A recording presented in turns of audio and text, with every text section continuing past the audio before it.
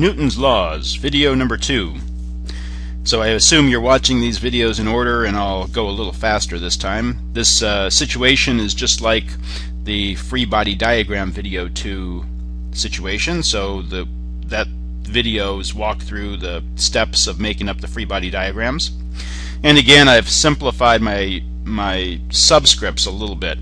On mass number 1, I have a N sub 1 and a W sub 1. Those are just to indicate that normal force is different from any other normal force you see in my other free body diagrams, and this weight is different from other weights you see.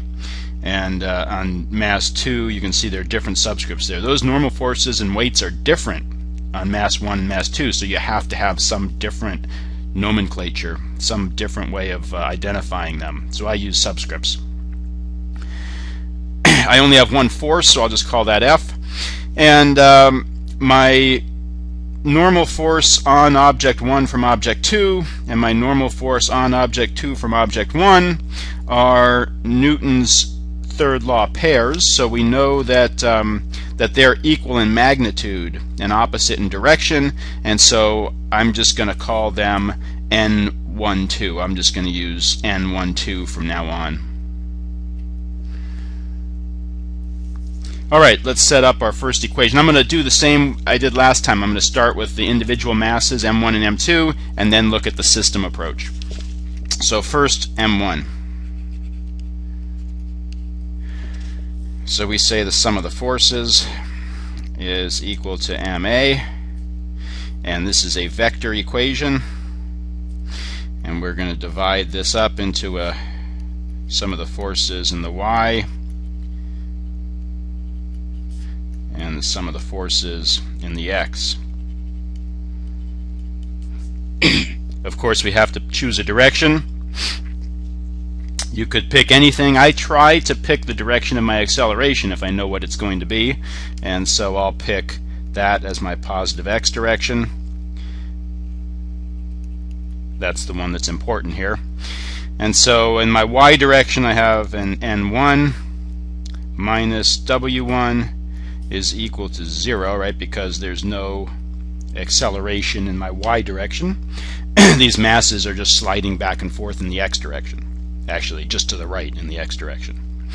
And in the X direction I have a positive F and a negative N12, and that has to equal M1 times the acceleration. The acceleration of M1 and the acceleration of M2 are going to be the same, so I'm just going to use A for both of them, because if M1 moves 1 meter, M2 also moves 1 meter. So I've got my normal force is equal to my weight for object 1, and I've got this other equation, but I have two unknowns in this other equation: the normal force between objects 1 and 2, that interaction force between the two of them, and the acceleration. So I need another equation. So I've got M2 I can look at. And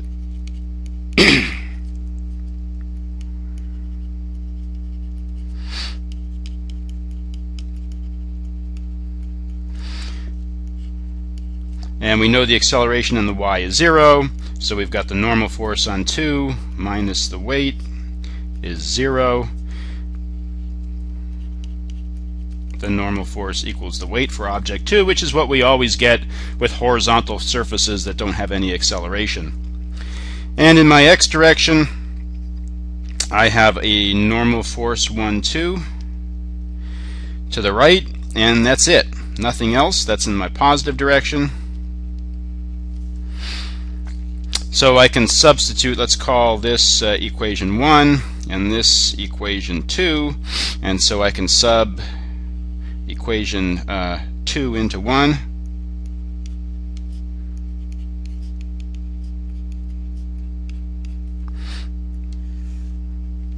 and what do we get? We get the force minus M2A is equal to M1A, and we get the force is equal to M1 plus M2 times A, and we know everything but the acceleration.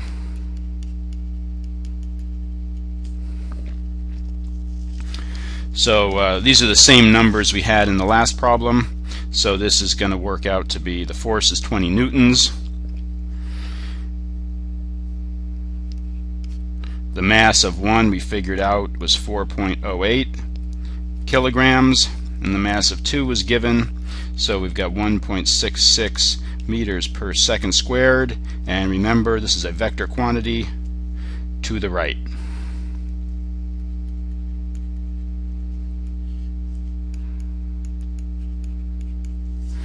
So that's our answer. Doesn't matter whether you push on the blocks or pull on the blocks, the acceleration is the same.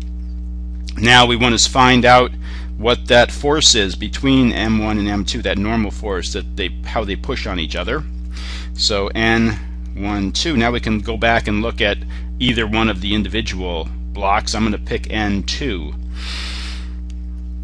and I'm going to use equation 2 right here, and that gives us N12 is the mass 2 times the acceleration, and I can just plug those in, and what do I get? 13.3 newtons for my force between the two of them.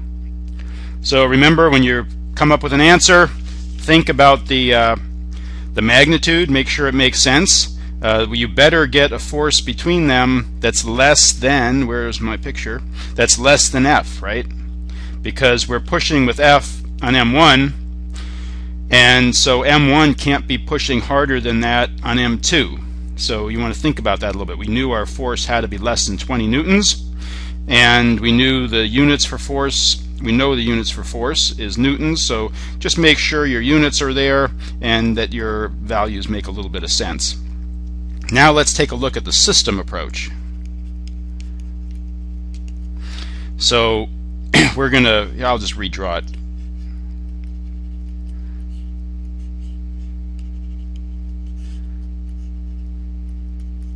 What we've got here is we're going to sort of view this as being everything in that dashed box as part of the system. And we're going to say sum of the forces on the system is equal to the mass of the system times the acceleration of the system. And one way to get the sum of the forces, probably one of the easier ways here, is to look at your free body diagrams. So we're just going to look in the direction of motion, so in the horizontal direction, or in what we're calling the X direction. And I've got three forces. I've got N12 pointing to the left, I've got F pointing to the right, and I've got N21 pointing to the right. So I'm going to put those three forces in here for the sum of my forces. And I've got a negative N12, a positive F, and a positive N12. The mass of my system, I only have two masses, so it's M1 plus M2, and the acceleration of the system I'll just call A. And all my internal forces, all the forces that are inside of this dashed box, cancel out. And we're just left with F is M1 plus M2 times the acceleration, and that's exactly what we got earlier. So the nice thing about the system approach is you get one equation with one unknown right off the bat, and then if you want to solve for those internal forces, then you have to go back to one of the individual free body diagrams and look at that. But it solves you the problem of having to solve a lot of simultaneous equations. If there were 3 or 4 masses here, then you'd have 3 equations with 3 unknowns, or 4 equations with 4 unknowns, and it becomes very complicated. Here there were only 2, so maybe you're not seeing the utility of this system approach. But as the system becomes more complicated, this is a nice way to solve the problem.